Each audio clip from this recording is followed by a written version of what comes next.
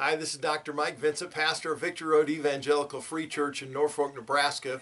And we are looking again today at another book, a book on leadership that's really influenced my life and ministry over the years.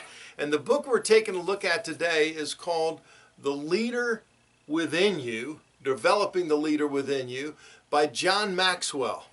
Now, many of you are familiar with John Maxwell and his ministry and how he's written books and done many seminars and influenced many people in the area of leadership over the years. But this book came out in 1993. He was still the pastor at Skyline Wesleyan Church in San Diego, but he has influenced, I imagine, millions of people, especially in the area of leadership, and he certainly has had an influence on my life as I've read many of his books. But this is one of the first ones I ever read, and it comes along really with a companion book called Developing the Leaders Around You, and that's also a great book also, as well.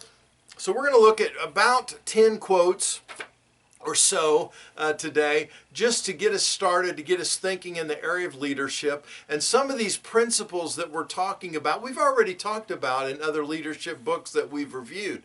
Because you find as you read many of these leadership books, they cover much of the same ground because the principles are basically the same for all leaders in any organization. Maybe you have a copy of this book and you'd like to go get it. Stop the video for a moment, and then I'll mention the page numbers in case you want to look along with me with the book. On page 2, he starts out by saying, sociologists tell us that even the most introverted individual will influence 10,000 other people during his or her lifetime. Isn't that amazing to think about? That was one of the emphases I did on my doctoral work on leadership. That everyone is a leader, whether you think of yourself as a leader or not. And the more we think of ourselves as leaders, the more we're going to act like leaders. That we're going to try and influence people's lives for the good. And I could talk on and on about that. But we need to think of ourselves as influencers and leaders because we are. Bennis and Nanis say in their book, Leaders, which is another great book we might even look at in this series, says, the truth is that leadership opportunities are plentiful and within reach of most people. You have people around you in your family, at work, in your neighborhood, in your church, that you are influencing. Are you influencing for the glory of God? Are you encouraging them and building them up? We're all leaders, and we need to think like leaders. And that's one of the reasons I'm doing this series, to help us all think like leaders. Then on page 17, he talks about a principle that you find in many leadership books called the Pareto principle. You may be familiar with this. The Pareto principle is this: 20% of your priorities will give you 80% of your production. 20% of your priorities will give you 80% of your production if you spend your time, energy, money, and personnel on the top 20% of your priorities. You know, really how we use our time, where we invest ourselves, is whether we're going to be productive or not. I mean, we can just spend time on Facebook and Twitter and just kind of put the time in and act like we're busy. But are we really being productive, especially to honor the Lord and multiply healthy disciples? That's really what we want to be. We want to be productive. On page 19, he says, determine what 20% of the work gives 80% of the return, and train an assistant to do the 80% less effective work. Where do you need to focus your time? Where are you most productive? Where are you most gifted? Really pour your energy into that area of your life and ministry, your work, and then delegate other responsibilities to other people who can be effective and productive in other areas. And maybe there's some things that you need to just flat out stop doing.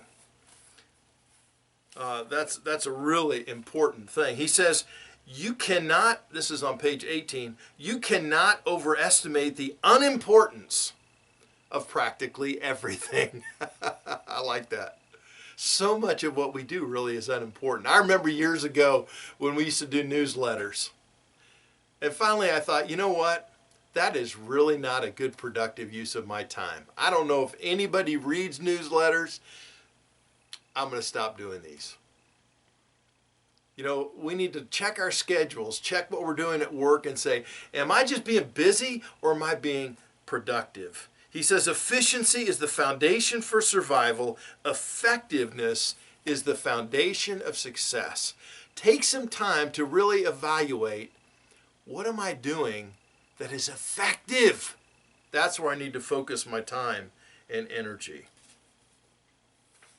Then he talks a lot about change, and almost any leadership book is going to talk about change because change is so important in the area of leadership, and change is so hard.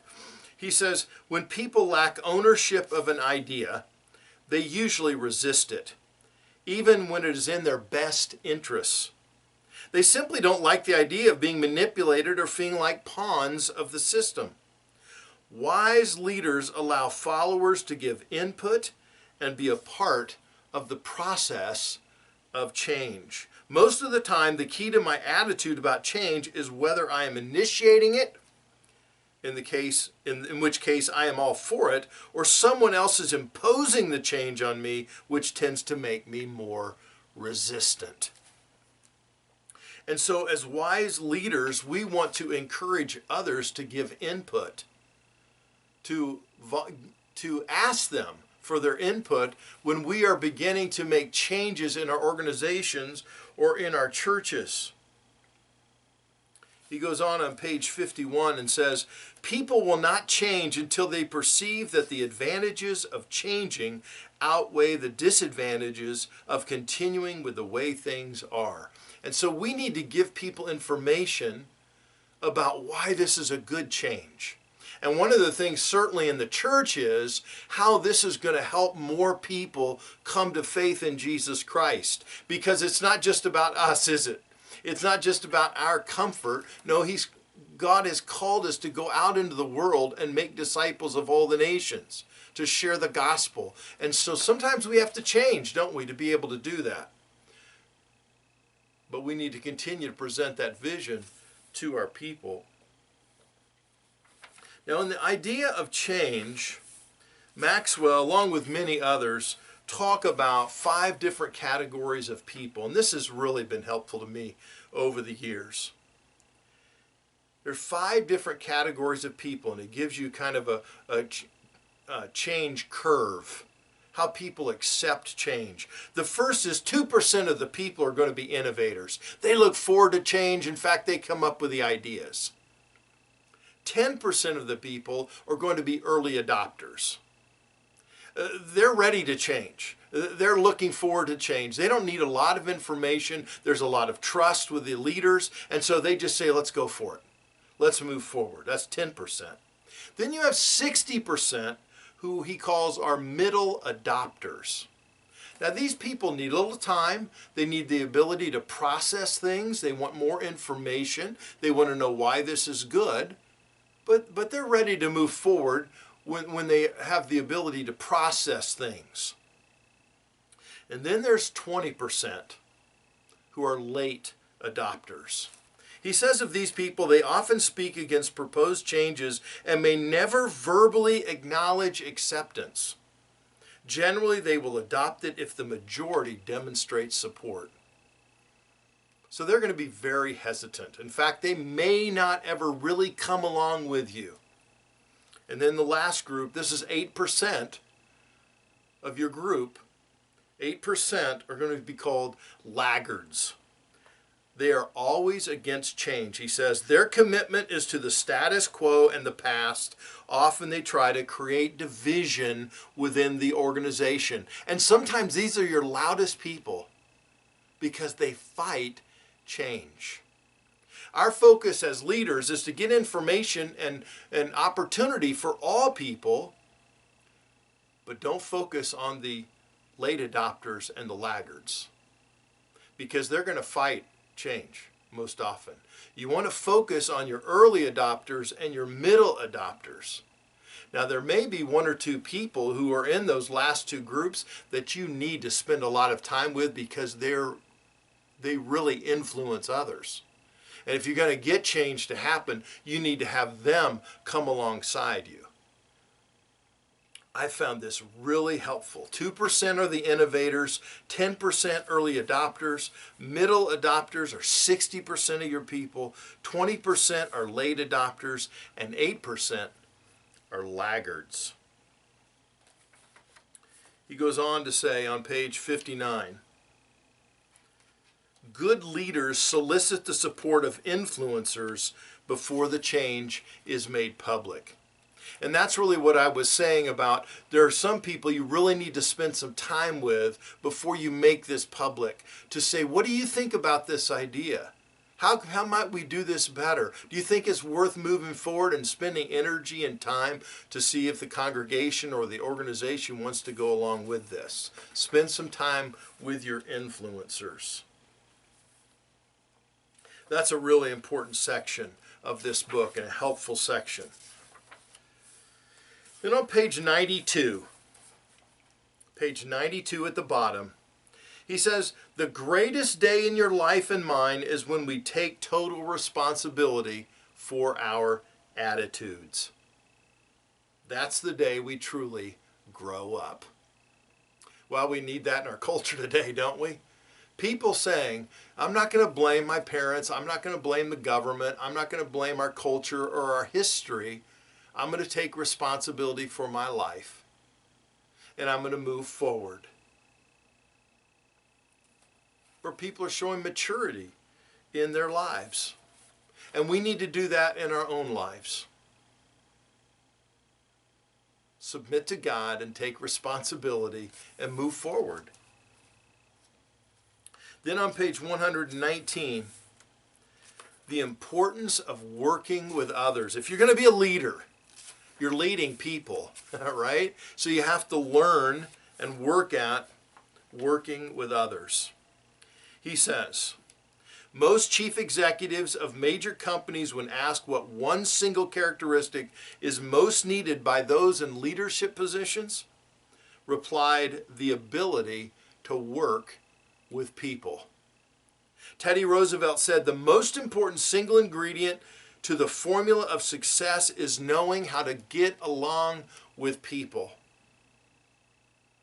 There are some really bad examples of how to get along with people. We have so much division in our culture and in our communities today. But let me challenge you and encourage you. Go to the scriptures and look at Colossians chapter 3, verses 12 through 17, and Ephesians chapter 4, verses 25 to 32.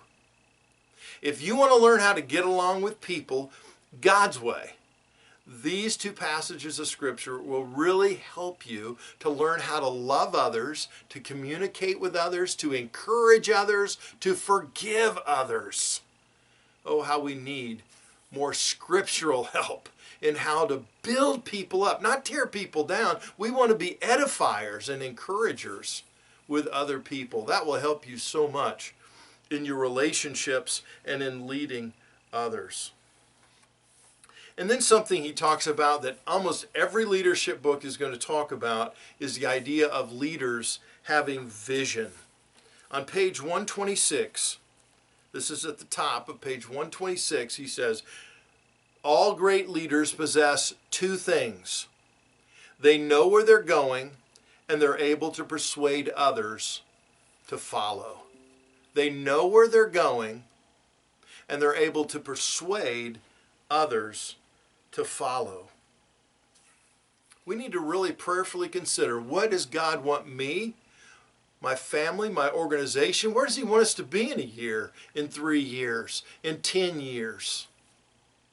And how do I take others with me? How do I influence others to the glory of God to minister in their lives?